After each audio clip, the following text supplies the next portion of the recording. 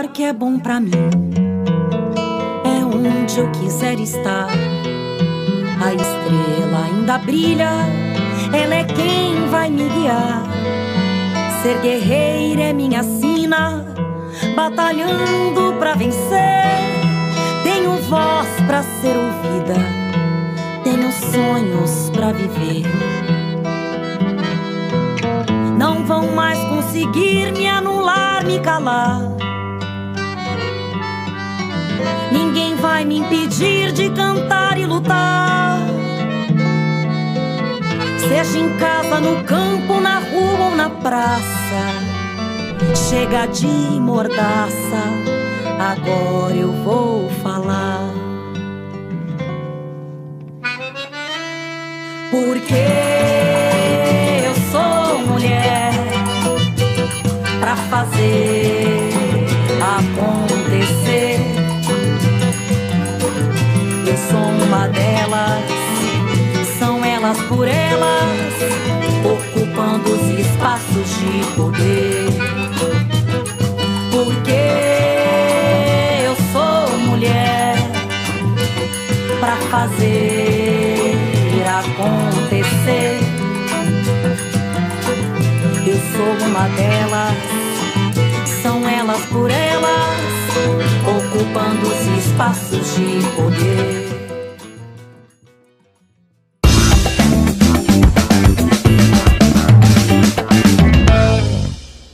Olá, sejam muito bem-vindas ao TV Elas por Elas Formação, preparando e formando mulheres para a disputa política.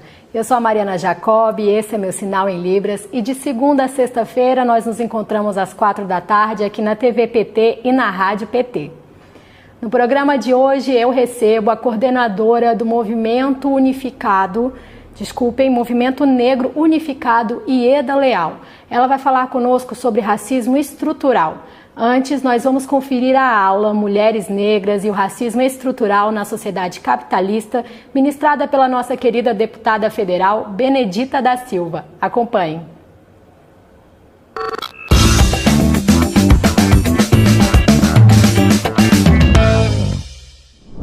Bom, a aula de hoje nós vamos enfocar mulheres negras e o racismo estrutural na sociedade capitalista. Mas antes eu quero me apresentar. Sou Benedita da Silva, sou deputada federal pelo Partido dos Trabalhadores, sou fundadora do Partido dos Trabalhadores, da favela de Chapéu Mangueira, onde nós começamos a nossa luta, a luta pela inclusão de nós, mulheres negras, num contexto mais geral. Uma sociedade capitalista, essa sociedade ela visa o lucro. E esse lucro da sociedade capitalista ele começa exatamente no momento em que escravizam esse povo negro brasileiro. E a mulher tem uma tarefa enorme nessa sociedade, porque além de ser explorada, ela tem dupla jornada de trabalho, ela sofre uma violência muito grande e é uma questão que até hoje, quando nós falamos de políticas públicas voltadas para essas mulheres, nós temos aqueles senhores de engenho que se colocam inteiramente contrário a isso. E por quê? Porque a sociedade brasileira ela nasceu de um estupro. Foi quando eles chegaram no Brasil, já existiam os indígenas, trouxeram escravizados os negros e negras, e a partir daí então nós começamos a criar essa chamada sociedade brasileira de exploração, que é uma questão que quase ninguém coloca. Sempre falamos de uma sociedade capitalista, mas ela sempre foi capitalista e o capital dela foi em cima da violência, da escravidão, da exploração. Tão importante que essa exploração é uma exploração muito atual. Aí podem me perguntar, mas você está falando do tempo da escravidão. Eu digo, não, eles sofisticaram a escravidão. O que eles fazem? Explorar a mão de obra. Explorando a mão de obra, tirando os direitos que a CLT garantiu, eles vão prejudicar mais quem? A camada pobre da população. Nessa camada pobre da população, nós somos mulheres maioria, e maioria negra. Então, o Brasil só pode andar, só pode mudar esse sistema quando ele investir na população negra e principalmente nas mulheres negras. Quando eles fizeram a lei do ventre livre, eles não era porque eles eram bonzinhos, eles queriam se livrar de ter aquelas crianças, já que os abolicionistas estavam ali, para dar um disfarce. Não, aquelas crianças ficariam sob a responsabilidade de quem? Dos escravos, pais, porque eles não deram àquelas crianças nada. Comida, casa, escola. Para onde foram aquelas crianças com 6 anos? A mesma coisa acontece com os idosos. Os idosos que hoje a reforma da Previdência querem acabar com os direitos conquistados deles. Nesse sistema capitalista é assim que funciona. Lá já funcionava assim. Por isso que eu disse que sofisticaram a escravidão. Tiraram então, naquele momento, os idosos, porque eles já não podiam mais produzir. Imagine escravo trabalhando embaixo de chicote. Quando vieram a questão da libertação, chamada libertação dos escravos, já tinham, a maioria dos escravos já estavam praticamente libertos. Então era preciso explorar uma outra coisa. Isso nós já conhecemos, veio o café, veio o açúcar, a cana-de-açúcar e outras produções foram, e outras explorações foram sendo feitas, e eles se chamavam desbravadores, que desbravadores não eram nada, e começou então essa exploração capitalista. A gente não pode tirar desse sistema o racismo, nós mulheres negras, porque quando eles decretaram a chamada Lei Áurea, as mulheres foram fazer seus quitutes, elas bancaram a economia brasileira, é bom que se diga. Por isso a exploração dessas mulheres, a jornada de trabalho sempre foi tripla, nem mais dupla, tripla, porque essa mulher, à medida que o homem só trabalhava na lavoura, só sabiam fazer aquilo, porque eles vieram escravizados. Escravizados não eram ignorantes. Eles chegaram e aqui se tornaram burro de carga. É diferente. E então, o que tinha para eles fazer era cuidar disso. E as mulheres foram fazer o quê? Foram colocar algumas das suas habilidades domésticas para poder ajudar na economia, que se tornou uma referência, fazendo parte da identidade, para que não se perdesse a identidade. Os indígenas continuaram a fazer o seu trabalho do meio ambiente, porque para mim são os maiores ambientalistas que nós temos, depois de terem sido estupradas as mulheres negras, estupradas as indígenas, veio essa mistura, que eles tratam de mistura de raças, e mais as culturas foram preservadas através dessas mulheres. As mulheres foram fundamentais. Eu digo isso porque às vezes nós discutimos a questão da relação do capital e do trabalho e não visualizamos a questão racial, que foi preponderante nessa questão da exploração do capital. Então, como você pode ver, o racismo sempre foi uma coisa estrutural. Ele foi uma coisa estrutural, por quê? Porque desde aquela época até nos dias de hoje, os homens do poder sempre fizeram algo que trouxessem para eles lucros e não trouxessem para eles nenhuma responsabilidade financeira. E é por isso que hoje nós estamos brigando para resgatar aquilo que nós conquistamos. E conquistamos onde? No governo de Lula. Foi reconhecimento na criação que pôde do Ministério da Igualdade Racial, e ali tem um tratamento na política de gênero com esse recorte racial. Também de ir para a universidade, filho de pobres foram trabalhadoras domésticas para a universidade, seus filhos foram para a universidade. E qual é a cara da universidade pós-Lula e Dilma? Nós encontramos hoje a imagem e semelhança dos negros, coisa que inexistia, como inexistia lá no processo escravocrata. O que eles querem? Eles querem retirar essa questão desses direitos. Bom, então nós vivemos uma questão hoje, que é uma questão de raça e classe, que sempre existiu, e que agora se aguça com esse governo que não tem nenhum compromisso com a população pobre e negra. E nós estamos vendo nossos filhos serem assassinados, temos ordem para matar e nós combinamos de não morrer, então estamos na resistência para que os nossos direitos sejam direitos que nós possamos resgatar. Mas para isso é preciso ter democracia. É preciso que haja democracia.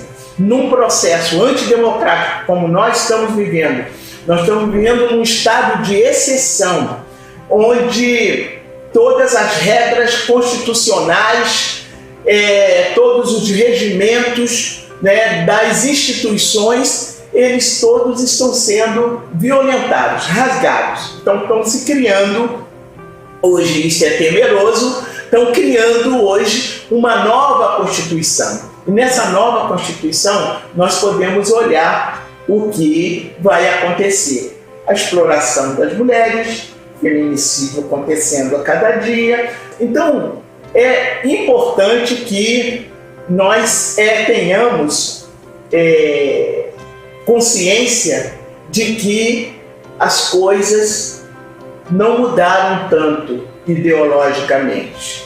Nós tivemos até ganhos com Lula, Dilma, mas o que nós estamos vendo hoje é assustador. Por quê? Nós estamos vendo o patriarcado chegando e colocando de que mulheres, principalmente se forem negras e pobres, não tem nenhuma utilidade. Tão pouco isso que eu vejo no racismo estrutural. Ele não vem agora, apenas me sofisticaram. Com as letras não cumprem-se as leis, e quando as têm,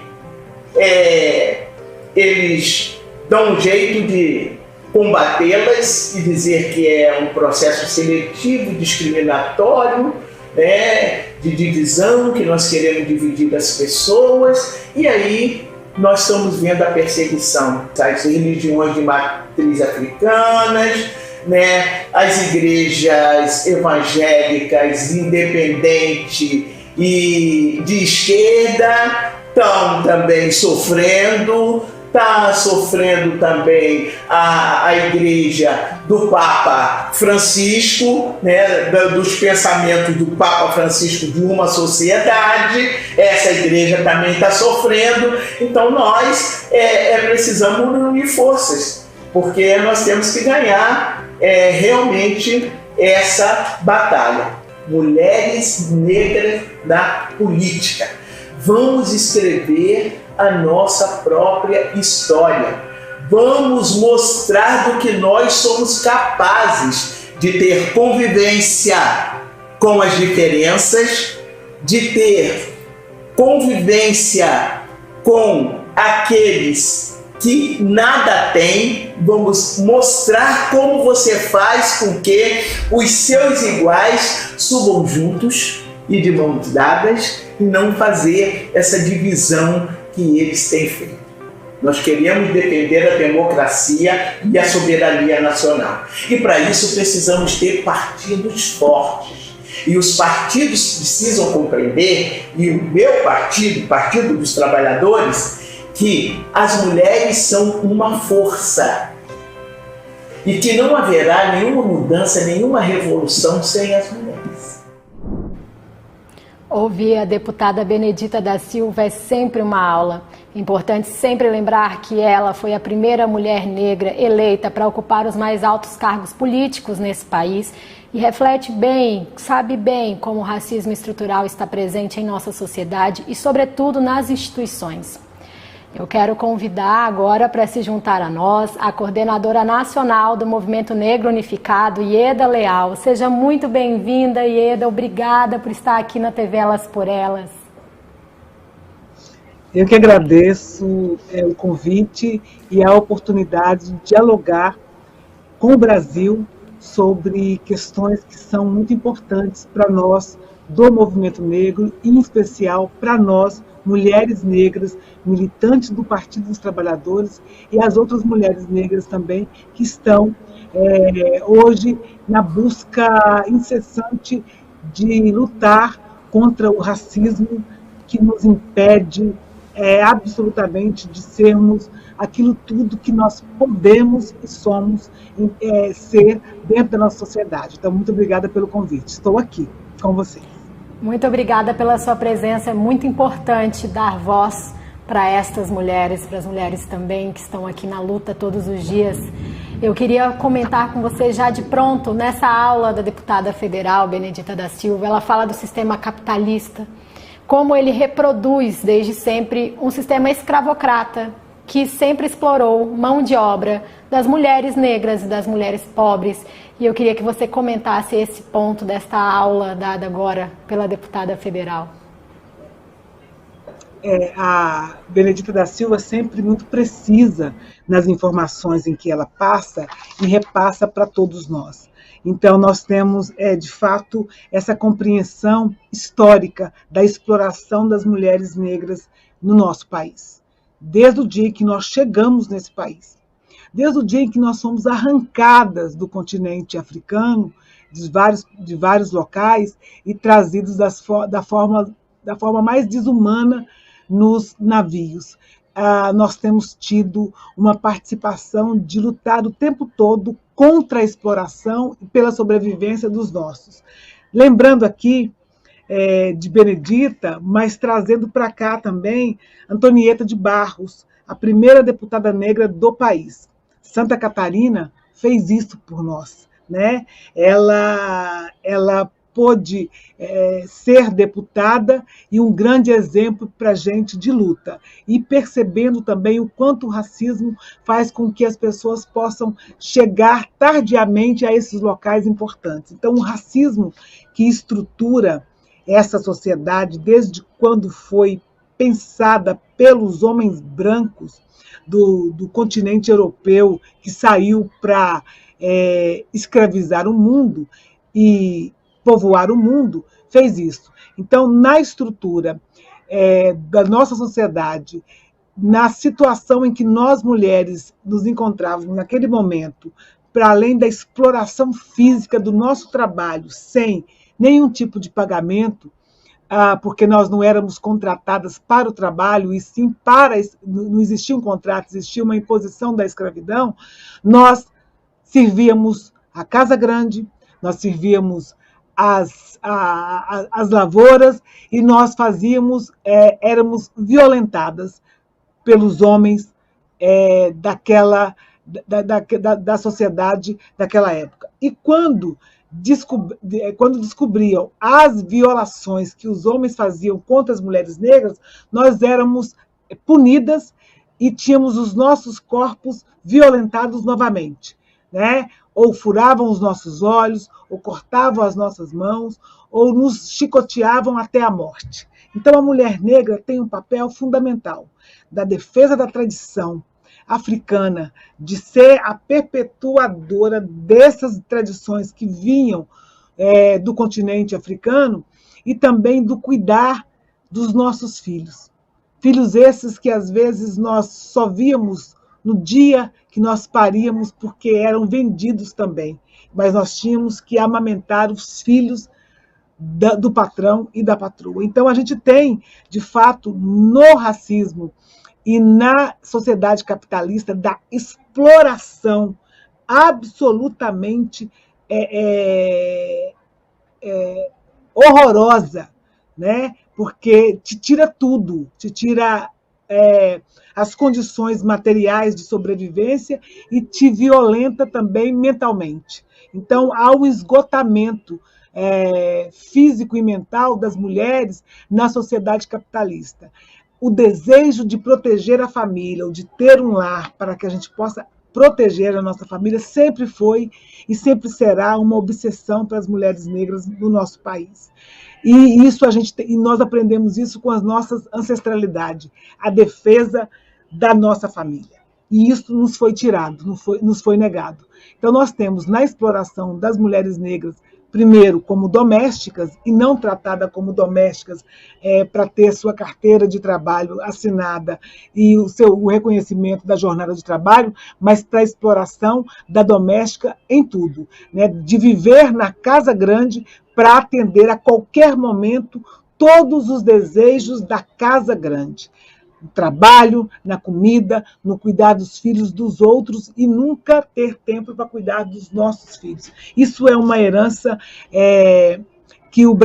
isso é uma herança que o Brasil tem e que precisa, de fato, fazer um recorte neste momento para proteger as mulheres negras e devolver às mulheres negras essa possibilidade que foi arrancada de nós, o cuidado de nós, das nossas famílias. O capitalismo, ele é absolutamente, vou dizer uma coisa que a gente sempre diz, selvagem, no sentido de destruir a humanidade das pessoas, e nesse caso, das mulheres, e nesse caso mais especial, das mulheres negras. Nós somos uma população de 56,2% de negros e negras nesse país, e nós sabemos muito bem o quanto mal faz o capitalismo na nossa sociedade.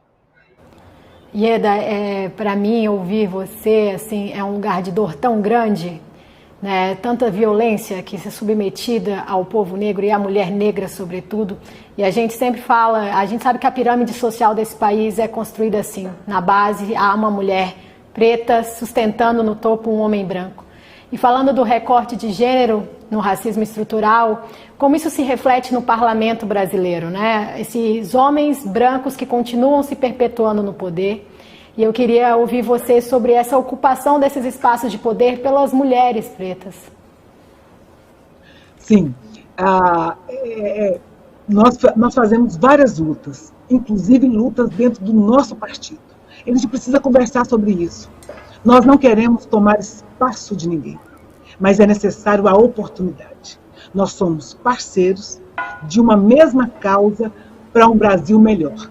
E para que esse Brasil seja melhor, é necessário que, para além do reconhecimento da força que nós somos, do poder que nós temos de lutar, a oportunidade de também estar nos postos mais importantes dos nossos partidos, das nossas organizações, sendo ocupado para a gente poder ter a diversidade, a possibilidade do preenchimento desse local por nós, mulheres negras. Nós temos um país dominado por uma direita branca, machista, de homens que têm o domínio financeiro, né?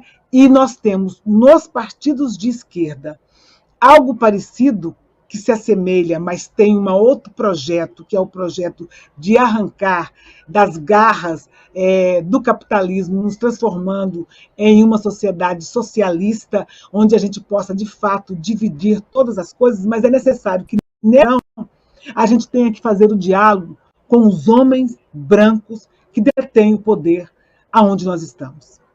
Eles precisam compreender. Nós não somos adversárias, nós somos companheiras e nós vamos ocupar os nossos espaços para dividir o poder. Tem um exemplo bárbaro, bacana, que a gente sempre dá.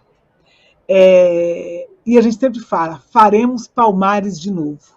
Palmares é um exemplo da contribuição que o povo negro deu para o Brasil na divisão absolutamente honesta do poder. E o poder sendo exercido coletivamente em um local onde se observava também a participação das mulheres negras. Então, o 20 de novembro, a morte de Zumbi dos Palmares, a história de Zumbi dos Palmares e de outras mulheres que a gente traz ao longo das histórias, a gente traz nessa perspectiva da divisão de poder, na consideração em que as pessoas precisam fazer para que nós, mulheres negras, estejamos em postos fundamentais, através da conquista da ocupação de espaço, pelo valor que nós temos. Nós não estamos pedindo para cederem os espaços. Nós estamos dizendo que nós precisamos de oportunidade para ocupar esses espaços. E aí sim fazer como Zumbi e Dandara e tantos outros dentro daquela configuração do quilombo. Por isso que a gente usa sempre a palavra aquilombamento. Por isso que a gente usa sempre essa história nossa que nos remete à nossa ancestralidade. Todos os brasileiros têm, na sua origem de organização individual, familiar, uma ligação muito forte com a África ou com alguns ensinamentos africanos. A gente não quer o corte desses laços. A gente quer que as pessoas absorvam isso e possam perceber que na coletividade, na sensibilidade, na representatividade, ninguém mais pode falar por mim. Eu preciso que as pessoas entendam isso. Então, as pessoas vão naturalmente observando que os espaços precisam ser ampliados para a diversidade e para a representatividade das mulheres negras. Nós vamos chegar, de qualquer jeito. O que nós estamos falando é que é melhor que combine com a gente o jogo e que possam estar oportunizando essa nossa chegada nesses lugares absolutamente estratégicos para a gente vencer o racismo que tanto faz mal para a nossa sociedade. Aida, eu também espero muito ver essas mudanças logo na nossa sociedade, vai fazer muita diferença. A gente viu que a pandemia escancarou a desigualdade do Brasil, que sempre existiu e que geralmente é silenciada, assim como o racismo que todo mundo finge não ver. Mas para as mulheres negras, para as mulheres periféricas, doeu mais, é pior, e a gente sabe que as políticas públicas não incluem. Você está falando justamente do fato da ocupação desses espaços de poder pelas mulheres que possam falar por si, que possam ditar leis e regras para poder abraçar o que precisa. E eu queria ver com você agora o que você pensa que uma política pública vai ser feita para resolver a questão da desigualdade, do racismo estrutural, num parlamento que é ocupado ainda da forma que é, com baixíssima representatividade das mulheres e baixíssima representatividade negra. Qual é a esperança que a gente tem das políticas públicas com esse Congresso que está aí?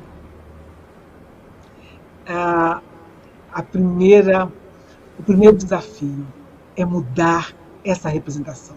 Nós temos que trabalhar muito para que a gente possa, de hoje até o dia das eleições, nós contagiarmos a população, para que a população possa entender que a escolha da pessoa que vai sentar nas cadeiras do Legislativo tem que ser pessoa como nós, como eles.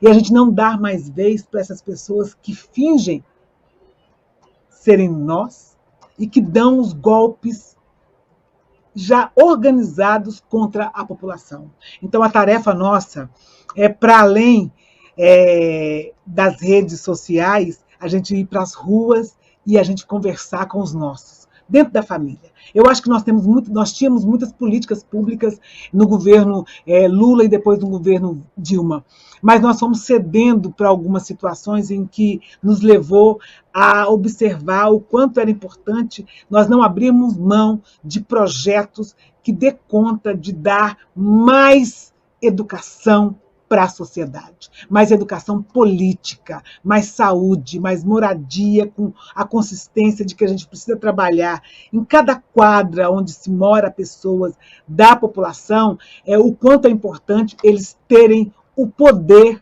de gerenciar o local onde eles moram e gerenciar também a cidade com quem gosta da cidade. Então, eu acho que o nosso grande salto é a gente continuar conversando, dizendo que para o Brasil a democracia ela é fundamental, proteger as nossas instituições, dizer que a segurança pública passa pelo reconhecimento de que as pessoas que vão estar na segurança pública precisam gostar das pessoas e não esse ódio gratuito que é distribuído por esse governo genocida que incentiva a comprar armas para defender a propriedade. A gente defende as propriedades quando todas as pessoas no país possam ter o seu local de morar, de residir, a sua propriedade para produzir. Então, a gente precisa acabar com essas desigualdades de moradia. Eu não posso acreditar que uma cidade tenha que só cuidar do centro ou dos espaços onde morem as pessoas que são as donas do poder ou que detêm a questão do capital. Eu tenho que entender que a sociedade precisa colocar na prefeitura, no Estado, alguém que cuida da cidade, do saneamento básico lá na periferia e que coloque escolas com professores bem remunerados para trabalhar a educação, os postos de saúde com os médicos, os enfermeiros, os técnicos, precisam estar funcionando em cada bairro, porque a saúde, para nós, ela é importante. Eu não posso chegar num posto de saúde já morrendo, já com a doença instalada no nosso corpo. Então, é necessário que a gente faça esse diálogo. Então, eu acho que, primeiro, é a gente dizer, escancarar para o Brasil que esse tipo de governo que está hoje no país é o governo da morte, que se organiza em todos os aspectos para trancar a pauta que é a mais importante, do cuidado das vidas, dos direitos humanos. E direitos humanos é ter o direito de ter a vacina. Existe todo um trabalho do SUS para vacinar o povo brasileiro desde o dia que nasce até o dia da sua saída para o outro plano espiritual. E agora vem dizer que não existe plano, existe. Nós precisamos recuperar esse SUS e a defesa essas instituições para o bem da população. Nós precisamos continuar protegendo o país das mentiras. Nós precisamos continuar protegendo o país de gente que ganha a eleição e que vira as costas para a população brasileira. Então, a tarefa nossa é, de hoje até o dia das eleições e depois das eleições, continuarmos conduzindo o país com pessoas que gostem, que saibam dirigir e que seja um país para toda a população brasileira, inclusive a população negra, que é a maioria da população desse país. Ieda, é uma honra para mim poder ouvi-la. Eu tenho certeza que para quem nos acompanha na TV PT e na Rádio PT também, porque a sua fala é muito inspiradora. Eu quero te agradecer muito pela sua participação e espero reencontrá-la aqui outras vezes para falar mais para a gente, porque essa é uma TV preocupada com a formação política das mulheres, para a disputa. Eu queria que você deixasse a sua mensagem para quem nos escuta, para quem está nos acompanhando, na sua despedida aqui do nosso programa, incentivar as mulheres a participarem, disputarem os espaços de poder. Elas por Elas, é este o nome. Eu vim aqui hoje acompanhada logicamente, de uma fala fantástica de Benedita da Silva, que é a grande matriarca do povo brasileiro. É uma mulher que sabe do seu lugar no parlamento, com altivez e brilho nos defende. Mas eu vim também com Luísa Bairros, com Lélia Gonzalez, com Carolina Maria de Jesus, com Teresa de Benguela, nessa reunião de força para dizer para as mulheres: o nosso lugar é na política também. O nosso lugar é aonde a gente determina que deve ser. Hoje, esse dia, eu comemoro o aniversário da minha neta de 3 anos, e dizendo para ela hoje pela manhã: não sairei da luta por ela, por nós, por nossos antepassados e pelas mulheres que estão chegando agora também e que vão lutar conosco. Nós precisamos de um país melhor, plural, que respeite toda a diversidade humana desse país, e nós, mulheres negras, estamos preparadas para dirigir o nosso país. Muitíssimo obrigada, Ieda. Até uma próxima. Recado dado. Obrigada. Nosso programa de hoje fica por aqui e amanhã eu volto com mais conteúdo para você. Não esquece de curtir a gente nas redes sociais e seguir, compartilhar, comentar para ficar por dentro de todas as ações realizadas pelo PT para as mulheres. Eu te espero amanhã às 4 da tarde.